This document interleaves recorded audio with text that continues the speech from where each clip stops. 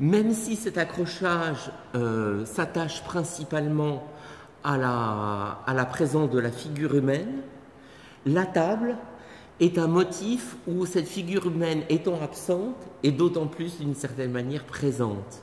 Les tables de Jean Dubuffet, au début, sont beaucoup des tables de négoce, des tables de contrat, puisque pendant une vingtaine d'années, il a eu une activité de marchand de vin.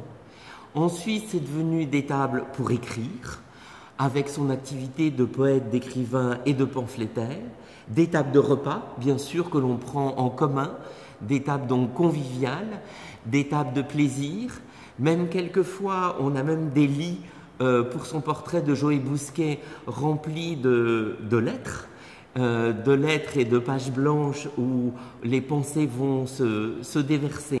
La table porteuse d'objets a ceci de particulier, c'est que sa technique est une technique d'assemblage. C'est le début d'une période où il va découper des peintures antérieures pour les assembler entre elles. Les assemblages se font principalement de façon jointive. Là, les morceaux de peinture s'empilent comme on empile justement des choses sur une table. Et il fait des découpages très fins. Cette peinture, de loin, semble une peinture en noir et blanc.